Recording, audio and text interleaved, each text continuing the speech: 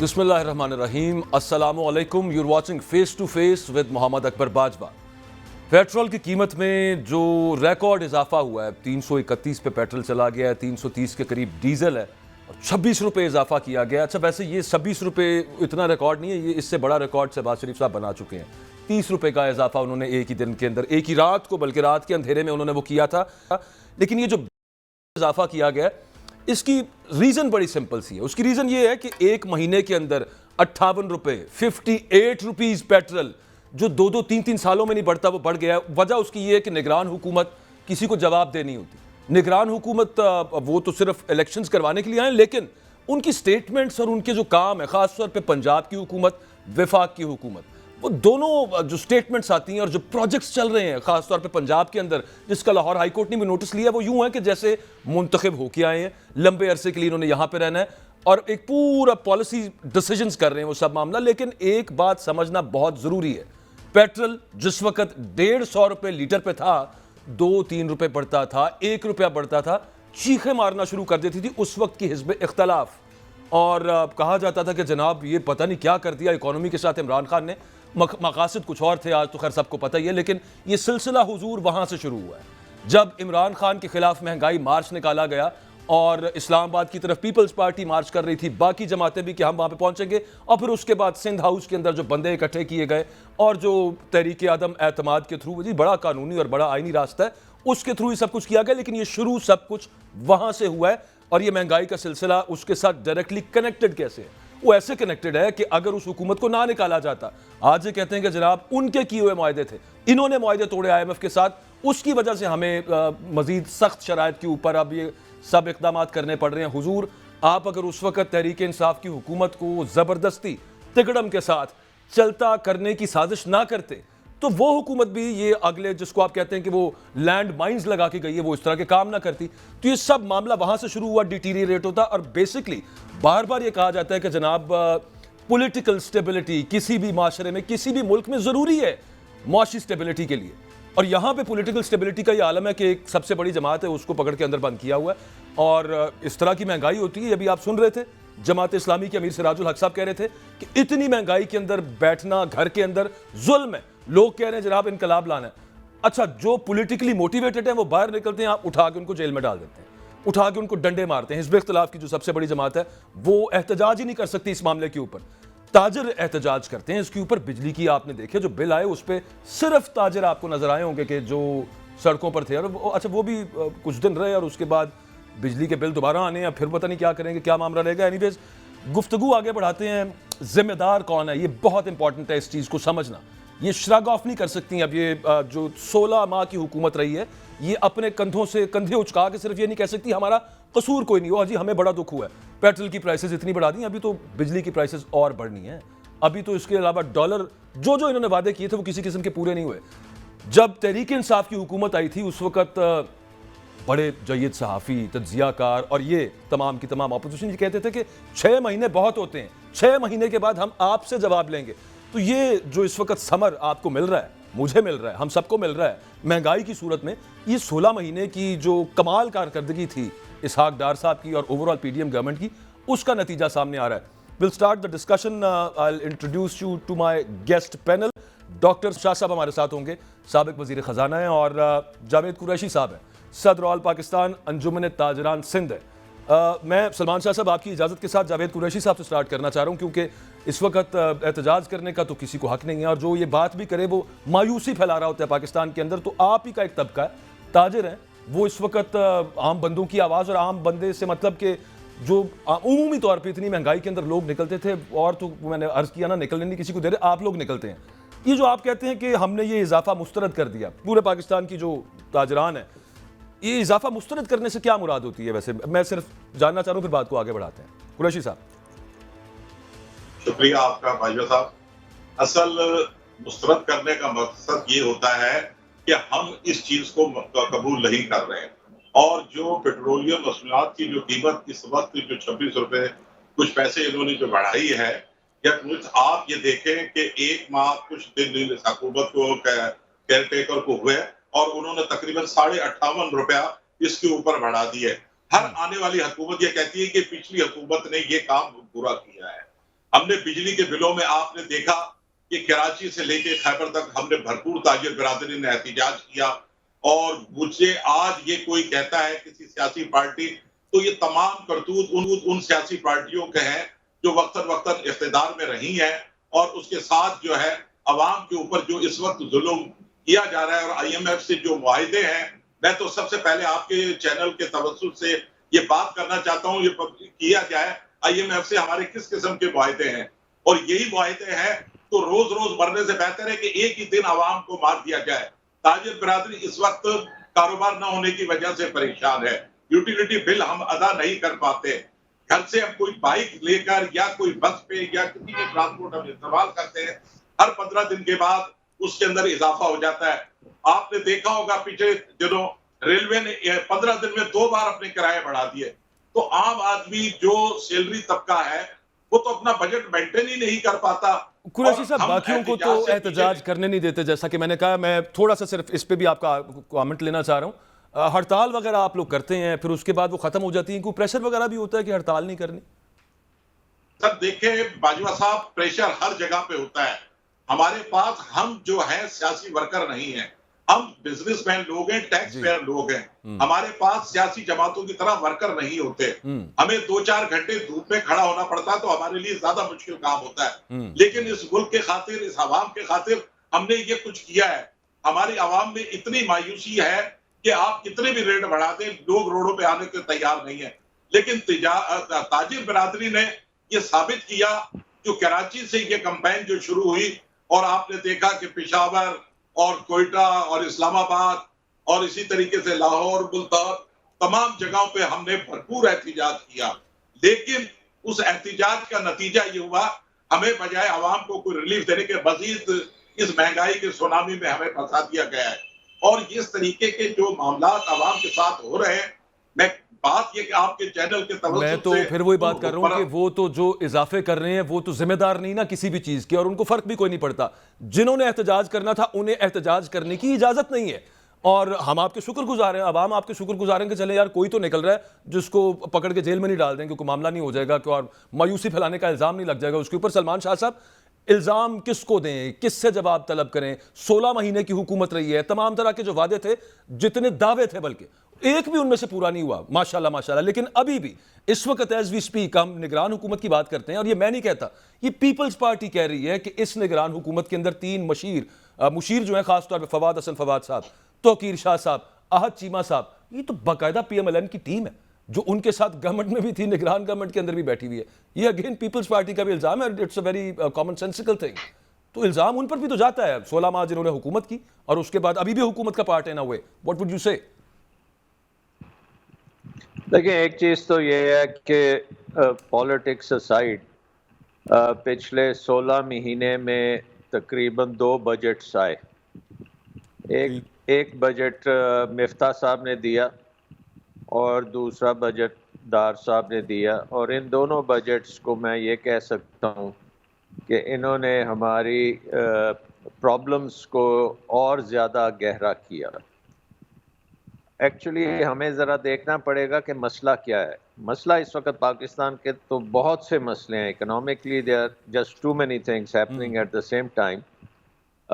लेकिन 2-3 चीज़ें ऐसी हैं जो बड़ी क्रिटिकल हैं, जिनको आपने काबू करना आपके लिए बहुत ज़रूरी है। तो उसमें सबसे नंबर 1 जो इशू है वो हमारा ये है कि हमारी इकॉनमी को हमने जिस तरह से डिज़ाइन किया है, ये अब इसको हम कहते हैं इनवर्ड लुकिंग इकॉनमी, यानी कि ये इकॉनमी जो है डोमेस्टिक ओरिएंटेशन है, इसकी आउटवर्ड ओरिएंटेशन नहीं है, यानी कि एक्सपोर्ट्स करने के काबिल नहीं है। सही। सो पहला इशू तो ये है कि ये आउटवर्ड वैसे करने पैसे के मांगने तो हम काबिल चले नहीं। जाते हैं, वो सारे कर्जों से चलाना है, वो एक हाँ। आउटवर्ड लुकिंग है मामला। उससे भी बड़ा जो आउटवर्ड लुकिंग मामला है कि हाँ, ये इम्पोर्ट्स डिपेंडेंट है। मतलब एक्सपोर्ट करती नहीं है, लेकिन इम्पोर्ट्स के बगैर चल नहीं सकती। और इम्पोर्ट्स जो हैं उसमें सबसे बड़ी चीज़ जो है वो हमारी एनर्जी है, और एनर्जी में जो सबसे बड़ी चीज़ है वो हमारी बिजली है। सो ये सारा सेल्फ डिज़ाइंड सिस्टम है, ये नहीं है कि कोई ये आसमान से सिस्टम आया था। ये हमारे सियासतदान, हमारे रूलर्स, हमारे लेट्स से पिछले जब से हमारा 50 साल की अगर आप हिस्ट्री ले लें, उसमें ये सारा कुछ बना। हम सर 1994 और से शुरू कर देते हैं ना। अब जब से ये आप आईपीपीज यहाँ पे आए और उसके बाद देखें, अब आपने कहीं ना कहीं से तो डेफिसिट्स पूरे करने, आईएमएफ आपको ये तो नहीं बताएगा कि सस्ती बिजली आपने प्रोड्यूस कैसे करनी है। वो आपको ये जरूर बताएगा कि भाई महंगी प्रोड्यूस कर रहे हो तो महंगी ही आगे बेचनी पड़ेगी। ये नहीं हो सकता कि वैसे फकीर हो, मांग तांग के गुजारा करना है और शाखर्चियां भी साथ साथ जारी रहें। तो ये फिर 94, फिर मुशर्रफ साहब का मेरे दौर, फिर नवाज शरीफ साहब का दौर, जी सब जी इसमें माशाल्लाह से जिम्मेदार है। बाजवा साहब, मेरी तो होगी कि हमने 50 साल की सेलिब्रेशंस की हैं कॉन्स्टिट्यूशन की। जी। तो मैं तो वहां से शुरू करूंगा जब से हमें कॉन्स्टिट्यूशन मिला, उसके बाद क्या हुआ। हम्म। क्योंकि कॉन्स्टिट्यूशन डिफाइन करता है रूल्स ऑफ द गेम, कि इसको आपने इस तरह से हमने पाकिस्तान को चलाना है। तो सबसे पहले जब हमने कॉन्स्टिट्यूशन से 50 साल में तकरीबन 20 साल आप समझ लें फौजी हुकूमतें रही हैं, और 30 साल जो हैं वो सिविलियन हुकूमतें रही हैं। सही है। और उन सिविलियन हुकूमतों में जो इस वक्त हमने देखा, पीडीएम के जो हैं, पीपल्स पार्टी और नून लीग, ये तकरीबन 26-27 साल इन्होंने हुकूमत की। अब ये जो निज़ाम है ये इसी वक्त बना है। ये जो मैंने अभी बात की ना, इनवर्ड लुकिंग निज़ाम, ये इस वक्त बना है। सबसे पहले अगर आपके पास टाइम हो तो थोड़ी सी हम बात कर लें। शाह साहब, मैं थोड़ा सा हमने एक सबसे आपसे पहले सिर्फ चाह रहा हूं कि ये ऐसे चलना तो नहीं है, जी कोई और सोल्यूशन फिर हमें चाहिए, किसी और ब्लॉक में जाना चाहिए हमें, या अपनी पॉलिसी चेंज करनी, मतलब नहीं ये नहीं इसी ये तरह से आईएमएफ चलता रहे, हाँ, इसी तरह से पुराने वो कर्जे मैं से कर्जे चढ़ते रहें। अभी मैं उसके सॉल्यूशंस में आता हूँ, लेकिन अगर मुझे आप 2 मिनट दे दें तो थोड़ा सा हमें आइडिया हो जाए कि हमें जी। मसला क्या है। नंबर 1 मसला ये हुआ कि हमने कॉन्स्टिट्यूशन बनने के बाद इमीडिएटली नेशनलाइजेशंस की, जिसने हमारी ब्यूरोक्रेसी का रोल बहुत ज़्यादा बढ़ा दिया इकॉनमी में।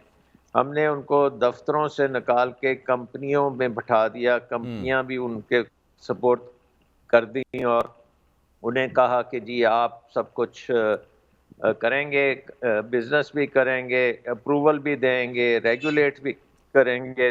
तो इकॉनमी ब्यूरोक्रेसी के हाथ में दे दी। ये तो पहला हमने एक किया है, और जिसको हम उसके बाद रिवर्स नहीं कर पाए।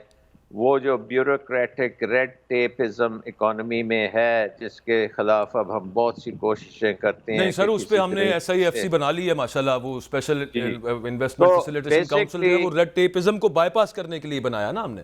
जी, एक तो ये चीज़ है कि उसको हमने वापस नहीं किया, और हम्म। रेड टेपिज्म का तरीका वापस करने का ये नहीं है कि हम उसको उसके ऊपर से जंप लगा लें, बट उसका ये तरीका है कि उसको ख़त्म कर दें, रेड सही। टेपिज्म को ख़त्म कर। सो नंबर 1 तो वो हुआ। नंबर 2 जो हमने एक बहुत बड़ा मुश्किल में डाला पाकिस्तान को, वो ये था जब हमारी सियासत ने ये कहा कि हम डैम नहीं बनने देंगे, और सही। हम मर जाएंगे लेकिन डैम नहीं बनने देंगे। और उसका नतीजा ये हुआ कि हमारी जो बिजली का निज़ाम है वो ग्रेजुअली इंटरनल डोमेस्टिक बिजली जो हम रुपयों में बनाते थे, वो तकरीबन हमने डॉलर्स में बनानी शुरू कर दी। हमने ठीक। इंपोर्टेड फ्यूल, हम्म। इंपोर्टेड कोल, इंपोर्टेड गैस, जिसको डॉलर्स में देना था।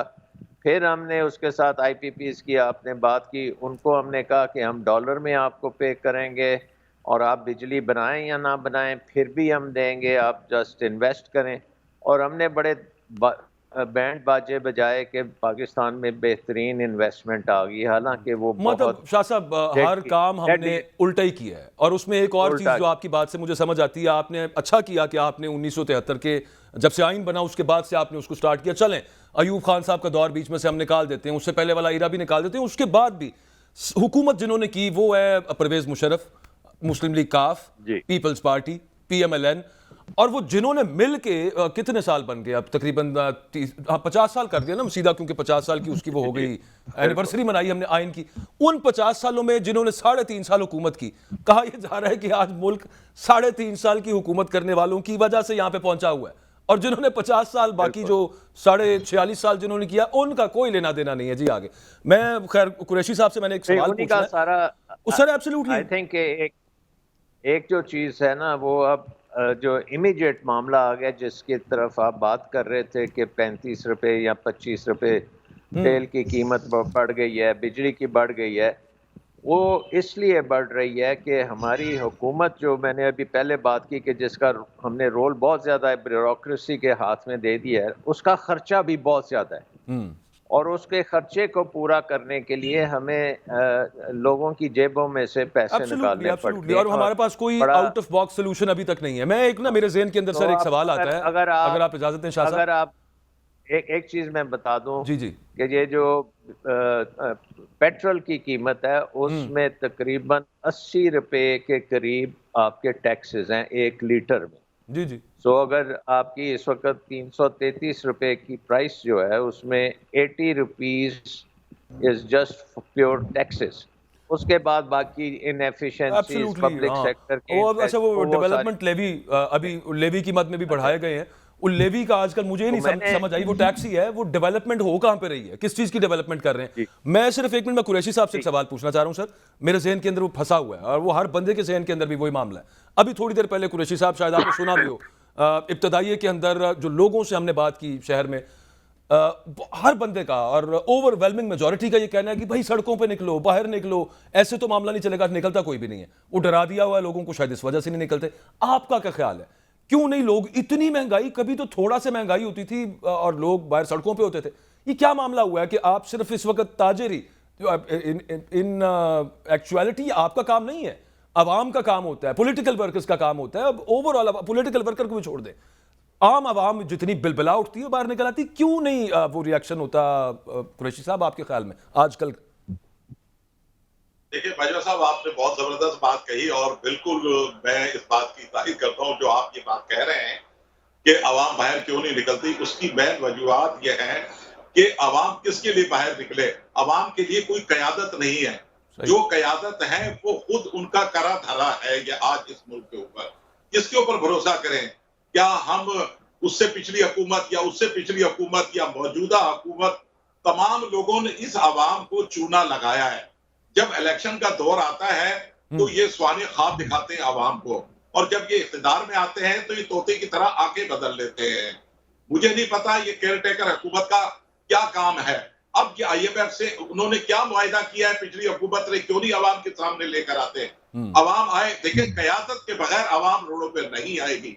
ताजिर बिरादरी ने अपने हिस्से का काम किया, लेकिन ताजिर बिरादरी के अंदर भी कुछ हमारे ऐसे साथी हैं, उनकी कहीं ना कहीं सियासी वाबस्तगियां होती है और उसके वो मसलियत का शिकार हो जाते हैं।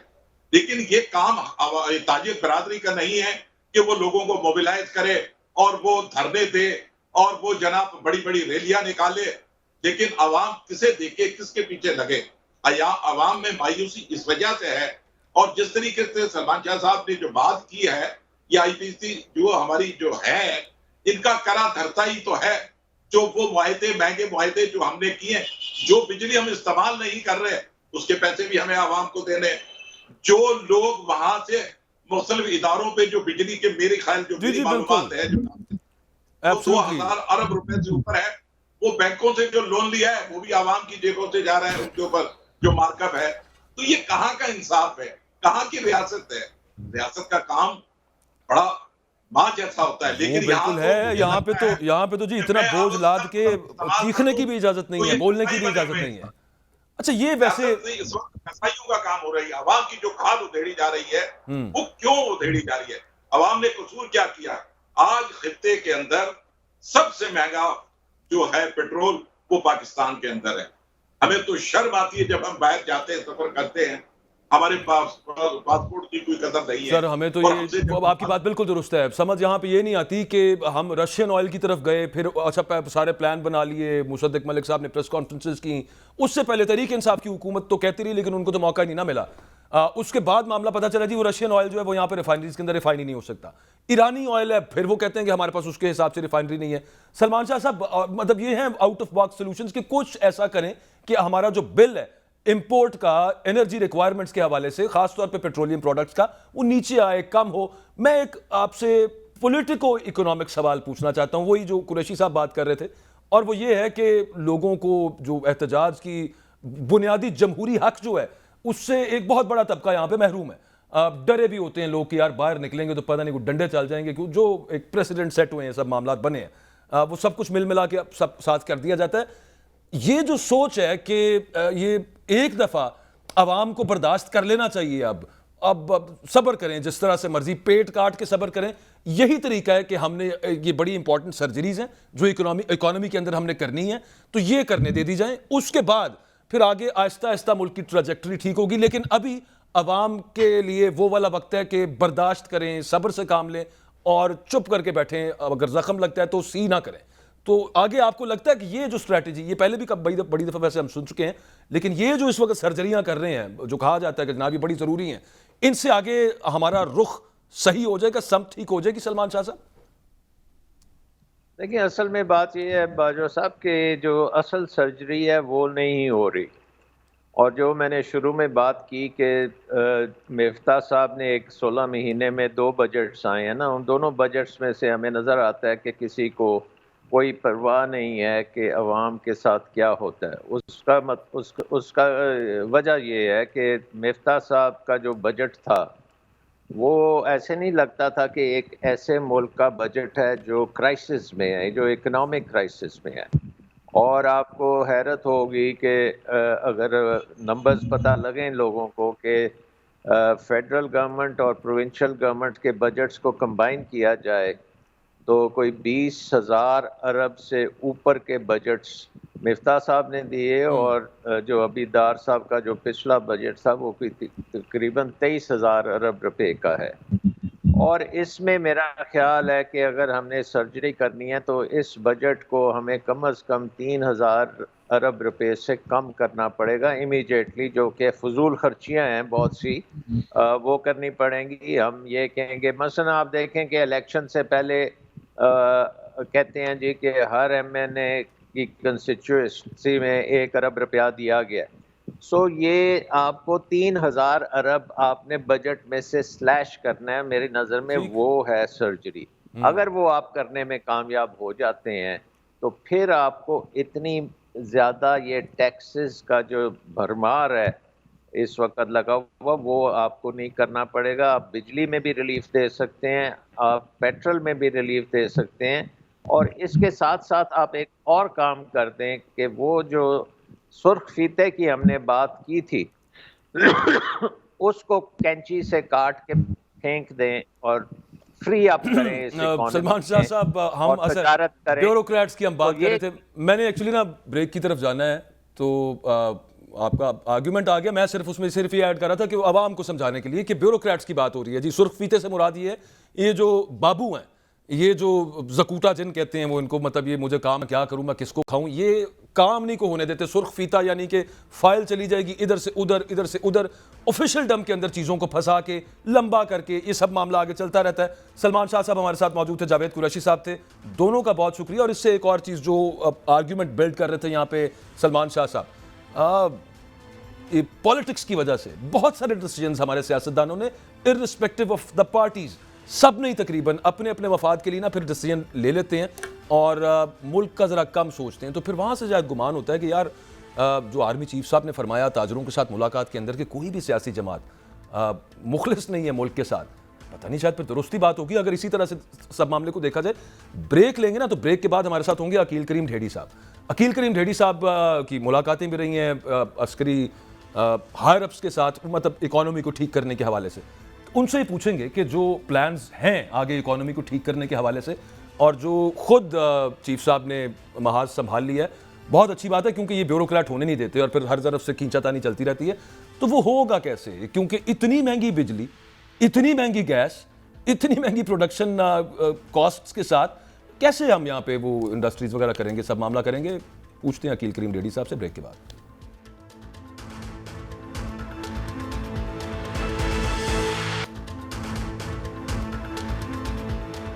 मारूफ बिजनेसमैन अकील करीम ढेड़ी साहब हमारे साथ मौजूद हैं। थैंक यू, वक्त दिया है सर आपने। आपकी आर्मी चीफ साहब से मुलाकात भी हुई और चीफ साहब का जिक्र मैं इस वजह से कर रहा हूँ क्योंकि मईशत का महाज भी उन्होंने संभाला हुआ है और बड़ा ज़रूरी हो गया था पाकिस्तान के लिए, क्योंकि यहाँ पे इदारे जो हैं, बाकी इदारे जो हैं जिनके असल में काम है, वो अपना काम तो वो कर नहीं पाते। लेकिन एक चीज़ जो डिस्कशंस चलती रहती हैं चीफ ऑफ आर्मी स्टाफ के साथ, उसमें बेसिकली तो यही है ना कि पाकिस्तान की मईशत बेहतर कैसे होनी है, इन्वेस्टमेंट मजीद यहाँ पे कैसे आनी है, ग्रोथ हमारी कैसे बढ़नी है।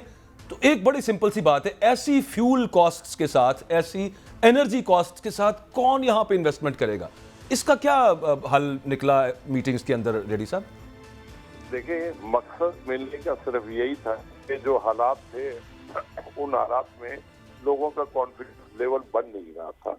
तो जो आर्मी चीफ से मीटिंग थी उसमें मकसद तो यही था कि जो मामला सुलझ नहीं रहे या जो मामला ठीक नहीं हो गए उसको ठीक किया जाए और आपस में डायरेक्ट हो जाए कि हमारे इशू क्या है। तो जाहिर बात है बिजनेस कम्युनिटी ने भी अपने इशू रेस किए और उन्होंने भी बताया कि वो लोग क्या कर रहे हैं। तो उससे कॉन्फिडेंस ये मिला कि कुछ ऐसी चीजें जो पाकिस्तान में पहले हो नहीं रही थी उसके ऊपर काम हो गया। तो वो जो काम शुरू हुआ उससे कॉन्फिडेंस लेवल बेहतर हुआ। तो मकसद वही है, हम भी यही चाहते हैं कि ठीक है पॉलिटिकल स्टेबिलिटी पाकिस्तान में शायद नहीं है, लेकिन इकोनॉमी को तो ठीक करने की जरूरत है, क्योंकि हम इसी तरह इकोनॉमी को नीचे जाते हुए तो नहीं देख सकते, क्योंकि 25 करोड़ पॉपुलेशन का मुल्क है। तो जो बातें की गई है वो बातें ऐसी थी जिससे हमारा कॉन्फिडेंस लेवल बेहतर हुआ है। और उसके साथ साथ जो थे वो वाले जो उन्होंने कमिटमेंट थी वो कमिटमेंट नहीं वो तो बिल्कुल दुरुस्त फरमा रहे हैं रेड्डी साहब आप। मैं ठीक हो गया, वो बेस्ट है। सवाल फिर दोबारा से मैं एक और तरह से रखता हूँ, वो ये है कि इन्वेस्टमेंट्स हमने लेके आनी है। बताया भी चीफ साहब ने कि फलां मुल्क से काफ़ी मुल्क इंटरेस्टेड है पाकिस्तान के अंदर इन्वेस्ट करने के लिए। अब यहाँ पे जब इतनी महंगी बिजली होगी, इतनी महंगी फ्यूल कॉस्ट इतनी ज़्यादा होंगी, तो कौन यहाँ पे इन्वेस्टमेंट करेगा? अच्छा कर भी ले तो वो दुनिया के साथ कंपीट कैसे कर सकते हैं हम एक्सपोर्ट? आप एक बात बिल्कुल सही है कि बिजली महंगी क्यों है। बिजली महंगी सिर्फ जिस वजह से है उसको हम कहते हैं सर्कुलर डेट और कैपेसिटी पेमेंट। ये जो कैपेसिटी पेमेंट है ना, ये हम अफोर्ड नहीं कर सकते। इसके लिए पिछले साल में एक कमेटी बनाई गई थी कि मसले को हल किया जाए। वो मसले को हाफ हार्टेड किया गया। अगर उसको सही तरह हल किया जाता तो शायद ये सिचुएशन ना होती। आज मैं आपको सिर्फ एक बात बता दूं कि आज भी अगर बिजली की प्राइस आप उठा के देख लें तो 9 रुपए है, लेकिन सर्कुलर डेट जो कैपेसिटी पेमेंट है वो 18 रुपए है। लाइन लॉसेस और चोरी है वो 10.5 रुपए है और इसके अलावा टैक्सेस है। तो हमारी कोताहियों ने हमें मुसीबत में डाला है और इन्हीं कोताहियों को अब हमें ही ठीक करने की। रेड्डी साहब इसके तो 2 सॉल्यूशंस हैं। एक ये है कि हम नेशनलाइज कर लें आईपीपीज को और फिर हमें कैपेसिटी पेमेंट नहीं देनी पड़ेगी। और दूसरा मामला ये है कि हम उनके साथ जो कॉन्ट्रैक्ट्स हैं वो या तो यूनिलैटरली खत्म कर दें या उनसे कोई बातचीत करके खत्म करें, एनीवेज को डंडा चला दें। तो इस हवाले से चीफ साहब ने कुछ बताया कि मतलब, क्योंकि ये उनको पता होगा, उनकी बड़ी नजर है इकोनॉमी के ऊपर कि ये एक बहुत बड़ा लैंड माइन लगी हुई है पाकिस्तान की इकोनॉमी के अंदर, इसको दूर करना बहुत जरूरी है। इसके हवाले से उनकी क्लैरिटी है कि मतलब इसको कैसे खत्म करें? देखिए, इसमें बहुत सारे और भी काम हम कर सकते हैं। कह सकते हैं कि आप कमिटमेंट ऑनर ना करें, लेकिन हम ये कह सकते हैं कि हाँ, अगर कोई मिसयूज होना चाहिए। हम टीवी खोलते हैं सिर्फ बिजली चोरों को पकड़ना है। और भाई बिजली चोरों को आप पकड़ने जा रहे हो, वो सबसे छोटा अमाउंट है चोरी का। जो सबसे बड़ा कैपेसिटी पेमेंट, उसके मसले को हल करना पड़ेगा। आज नहीं तो कल बैठना पड़ेगा, कल नहीं तो आपको परसों बैठना पड़ेगा और उसके हल है। बहुत सारी ऐसी चीजें हमने आइडेंटिफाई की भी है जिसको अभी भी हम अगर चेक करें तो कुछ हमें सपोर्ट मिल सकता है। सबसे खतरनाक बात जो हमारे मुल्क में इस वक्त हो रही है कि हमारी इंस्टॉल कैपेसिटी बहुत ज्यादा है और हमारी बिजली की यूटिलाइजेशन कम है। अगर हम आप यूटिलाइजेशन बढ़ाएं, आपकी बिजली सस्ती होगी। नहीं, बात बिल्कुल दुरुस्त है। इस्तेमाल करेंगे रेड्डी साहब, वो सस्ती होगी। अच्छा, कारखाने हमने लगा लिए और वो नवाज शरीफ साहब के दौर के अंदर लगे, उसमें ये फिक्स्ड कैपेसिटी चार्जेस के कमाल किस्म के मुआहदे जिनकी वजह से आज हम फंसे हुए हैं, ये किए गए। पेमेंट डॉलर्स के अंदर करनी है। ट्रांसमिशन हमारे पास है कोई नहीं, मतलब जितने काम हम बिजली प्रोड्यूस कर सकते हैं उतनी हम ट्रांसमिट नहीं कर सकते। लेकिन ये सारे जो मामला थे, मैं पूछना आपसे ये चाह रहा था कि ये आर्मी चीफ साहब के इल्म में है?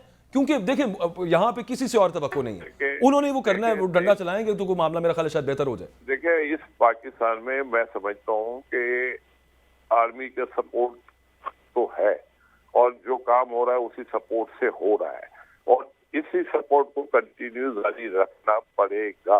ठीक। और ये जो एग्रीमेंट है इसका मिसयूज भी हो रहा है और वो जो मिसयूज है उसको रोकेंगे तो हो सकता है ये चोरी चोरी चोरी अब तो सुन के थक गए।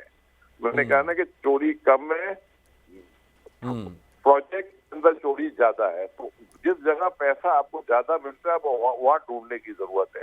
और मेरा ख्याल है कि ये लोग बैठे हुए हैं, मिनिस्टर साहब वगैरह उसके ऊपर कुछ भी रहे, फिर आपके यहाँ कैप्टिव पावर है, उसकी बिजली सस्ती मिलती है, दूसरे लोगों की बिजली महंगी मिलती है, तो इस पे भी बातचीत हो रही है। तो मैं ये समझता हूँ कि पहले तो कोई बैठता नहीं था ना, अब कम से कम ये तो हो रहा है कि मीटिंगें हो रही है, और ये बड़ी अच्छी बात है सर, जबरदस्त। मतलब वो आगे चले, कुछ तो उम्मीद बन रही है ना। एक दफा उन्होंने कह दिया चीफ साहब ने, शुक्र है को डॉलर नीचे आया, वो खौफ से ही आ गया स्मगलरों के। अच्छा, वो सपोर्ट जो आपने कहा है कि मिलिट्री की जो सपोर्ट है वो जरूरी है और उसको जारी रखना पड़ेगा, ठीक कह रहे हैं आप। मतलब अब मैं भी एग्री करता हूँ, क्योंकि जो हमने देखा डॉलर जैसे नीचे लेके आए, बड़ा जबरदस्त मामला रहा है। मैं सर इतना एक और उसमें साथ आपने ही फरमाया पॉलिटिकल स्टेबिलिटी के हवाले से कि वो भी जरूरी है, तो इस पे क्या विजन आपने पाया कि कितना इंपॉर्टेंट पॉलिटिकल स्टेबिलिटी को समझते हैं इदारा? कितना हमारी जो मीटिंग का पार्ट था इकोनॉमी, तो पॉलिटिकल मामला पे बात नहीं हुई है, लेकिन एक आगे जारी बातें फर्दर बैठे जितनी भी बातें हैं वो हर एक नहीं है। हम देखते हैं कि हमने जितनी बातें की थी उसके बेहतरीन रिजल्ट आ चुके हैं। बिल्कुल ठीक। और ये जो प्राइस आपने देखा है ना जो बढ़ रही है, तो इंटरनेशनल मार्केट में क्रूड की प्राइस बढ़ गई है, ब्रेंट ऑयल बढ़ा है, इसके अलावा आरबीएल ऑयल बढ़ा है, अब $99 पे हो गया 62 से। तो जाहिर बात है, एक तरफ हमारा रुपी भी थोड़ा, दूसरे एक तरफ इंटरनेशनल मार्केट में प्राइस बढ़ रही है। तो डिमांड को हमें भी कोशिश करना पड़ेगा कि पाकिस्तान ये सारी चीजें अफोर्ड नहीं कर सकता। हमारे लोगों को भी अब सोचना पड़ेगा कि हम अपनी स्पेंडिंग थोड़ी कम करें, और पूरी दुनिया पॉलिसी यही बना रही है कि लोगों की स्पेंडिंग कम हो ताकि मुल्क क्राइसिस से बाहर निकले। बिल्कुल ठीक बात नहीं कर रहा हूँ, ये बड़े मुल्क की बात कर रहा हूँ। तो हम जैसे मुल्क को भी ये सब कुछ करना पड़ेगा। देखिए, हर आदमी को अपने लेवल पे थोड़ी बहुत कुर्बानी देने की जरूरत है। अगर कोई ये सोचे कि भाई मेरे पास पैसा है मैं क्यों कुर्बानी दूं, तो डेडी साहब बिल्कुल दुरुस्त कह रहे हैं। वो पैसे वाले तो नहीं दे रहे, अवाम तो कुर्बानियों पे कुर्बानियां दे रहे हैं, और अभी तक मजीद उन्हीं से मांगी जा रही हैं आगे कुर्बानियां। मुझे ये बताइएगा कि एक पॉलिटिकल क्वेश्चन है, आपके ख्याल में इकोनॉमी को जो ठीक करना है, उसकी ट्रैजेक्टरी ठीक करनी है, सब दुरुस्त करनी है, उसमें नए इलेक्शन का, नई मुंतखब हुकूमत कितनी अहम है? इलेक्शंस होना कितना अहम है आपके ख्याल में? देखें, इलेक्शन ना होना तो अच्छी बात नहीं है, इलेक्शन होना चाहिए और सारी पॉलिटिकल पार्टी मिलके इसके ऊपर एक डेट डिसाइड कर ले।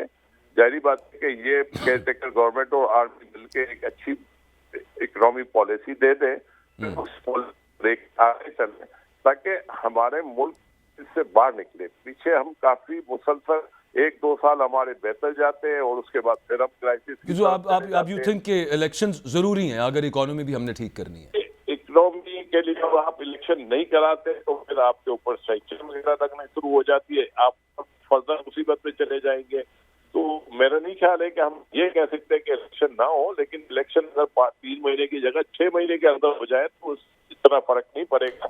लेकिन हाँ, कुछ 6 महीने अगर काम कर रहे हैं उसमें बेहतरी जरूर देख सकेंगे। आइन टूट के 3 महीने कहता है, अगर वो टूट गया जो कि पंजाब में टूटा, वो 6 महीने पर जाएगा, वो 6 साल पे भी जा सकता है, फिर क्या रह जाता है पीछे?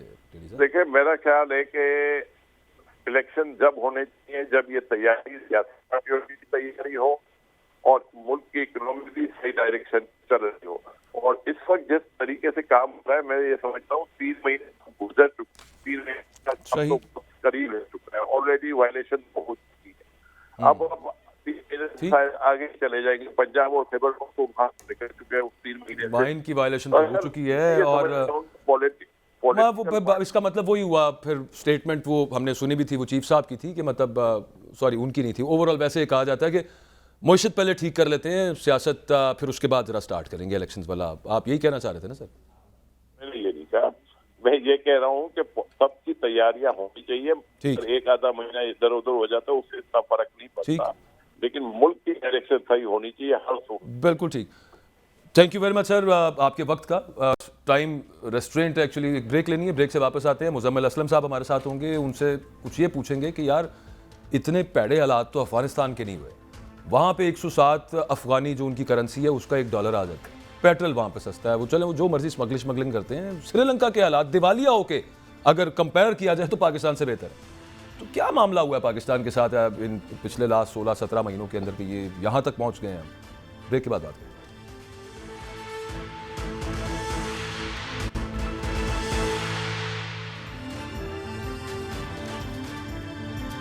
बड़ा अहम सवाल है जी कि ये जो 58 रुपये एक महीने में पेट्रोल की कीमत में इजाफा हुआ, और पेट्रोलियम मसनूआत की ओवरऑल बात कर रहा हूँ, इसका जिम्मेदार कौन है? मुजम्मिल असलम साहब हमारे साथ हैं, पाकिस्तान तहरीक इंसाफ से ताल्लुक़ है। मुजम्मिल साहब, आज खबरें चल रही हैं, लोग कह रहे हैं कि जनाब ये PTI ने मुआहदा किया था और उसमें मुआहदा ये था कि उन्होंने अंडरटेकिंग दी थी कि हम पेट्रोल पे लेवी जो है वो 50 पे ले जाएंगे, डीजल की 60 पे ले जाएंगे। तो ये तो वो पूरा किया गया है, सारा का सारा वो मलबा आप पे डाल रहे हैं। देखिए, बात ये कि सबसे पहले तो मेरी शिकायत आप जैसे लोगों से जो ये मलबा हम पे डालने से पहले तहकीक करके उसका खुद मुंह बंद कर देता है। लेकिन बात यह है कि PTI के मुआहदे के बाद माशाल्लाह 2 मुआहदे और हो चुके हैं, जो एक मुश्ताक इस्माइल ने किया था और एक इसहाक डार ने किया था। और उससे पहले भी अगर आपको मैं तारीख से ले जाता हूँ, पाकिस्तान में पेट्रोलियम डेवलपमेंट लेवी जो है पहली दफा बजट से, जिसपे इस्माइल ने 2018 में पास कराई थी, 30 रुपए की लीटर। ये रिकॉर्ड का हिस्सा आप कहीं से भी चेक करा लें। सही। उसके बाद जो है पूरे 3.5 साल कभी उस बजट, कोई PTI की हुकूमत में ऐसा बजट नहीं आया जिसमें जो है ये 30 रुपए की लीटर को तब्दील किया हो। ये 3.5 साल हो ही रहा। बल्कि जाते जाते खान साहब की हुकूमत के आखिरी 6 महीने में आपको याद होगा कि जब पेट्रोल की कीमतें तेज हुई थी तो पेट्रोल PDL जो है खान साहब ने 0 कर दिया था। तो फिर उसके बाद अल्लाह आपका भला करे हमारी हुकूमत खत्म हो गई अप्रैल 2022 में। अप्रैल 2022 में जब हमारी हुकूमत खत्म हो गई तो फिर जून में एक और बजट आता है जो मिर्जा इस्माइल ने कर दिया। उसमें जो है उसने 50 रुपए की लीटर कर दिया।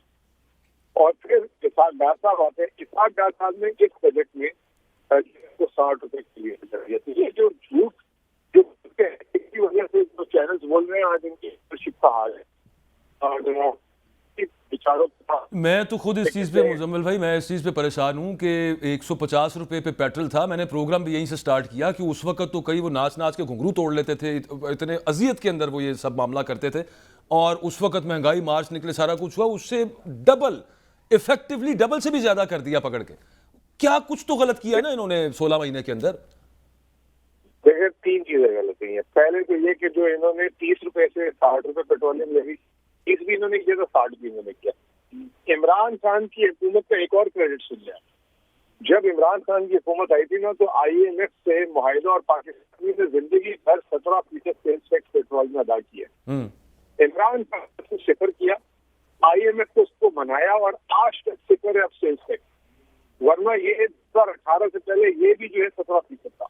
उल्टा इमरान खान ने तो ये काम भी करके दिखाया और IMF से भी आज तक जो है ना, IMF ने भी नहीं बोला कि पेट्रोल के सेल्स टैक्स बढ़ाए। दूसरी बात, ये जो 180 से डॉलर 300 रुपए हुआ है ना, 120 रुपए आज लीटर पे पेट्रोल की कीमत में जो है वो 120 रुपए जो हमारा रुपया गिरा वो है। 60 रुपए पेट्रोलियम लेवी है, 180 रुपए। अगर आज इमरान खान की हुकूमत होती तो ये पेट्रोल 140-45 रुपए से ऊपर नहीं होता, या बहुत होता। 30 रुपए पेट्रोलियम लेवी जो इन्होंने लगाई थी 2018 में, अगर वो हम कलेक्ट कर रहे थे तो 175 रुपए होता। तो ये सारी स्टोरी भाई। और ये दूसरा नहीं, वो तो उनको बड़ा शौक था जो है ये PTI का मुआहदा, PTI के मुआहदे के बाद तो मुआहदे कर चुके हैं जिस पे ये नाच नाच घुंघरू तोड़े के बकौल आपसे। अच्छा, एक चीज और है मुझे जो समझ नहीं आती, मैं आपसे पूछना चाह रहा हूँ, वो ये है कि हम इतना बुरा हाल हो गया हमारा कि अफगानिस्तान हमसे बेहतर है। मैं देख रहा था, ठीक है, वो उनकी कोई उन पे कर्जे नहीं है, उनकी कोई ट्रेड नहीं है उस तरह से, बाकायदा वो, लेकिन वहाँ पे डॉलर का रेट कम है, वहाँ पे पेट्रोल का रेट कम है, करते होंगे स्मगल जो भी करते होंगे, यार हमें क्या गर्ज लगे उससे, लेकिन वो कैसे हमसे बेहतर है। श्रीलंका डिफॉल्ट कर गया, अगर कंपैरिजन देखें मुझे तो वो हमसे बेहतर लगना शुरू हो जाते हैं कि यार डिफॉल्ट करने के बावजूद यहाँ पे खड़े हैं और हमारा अभी ये हाल है। ये क्या चक्कर चल रहा है यहाँ पे?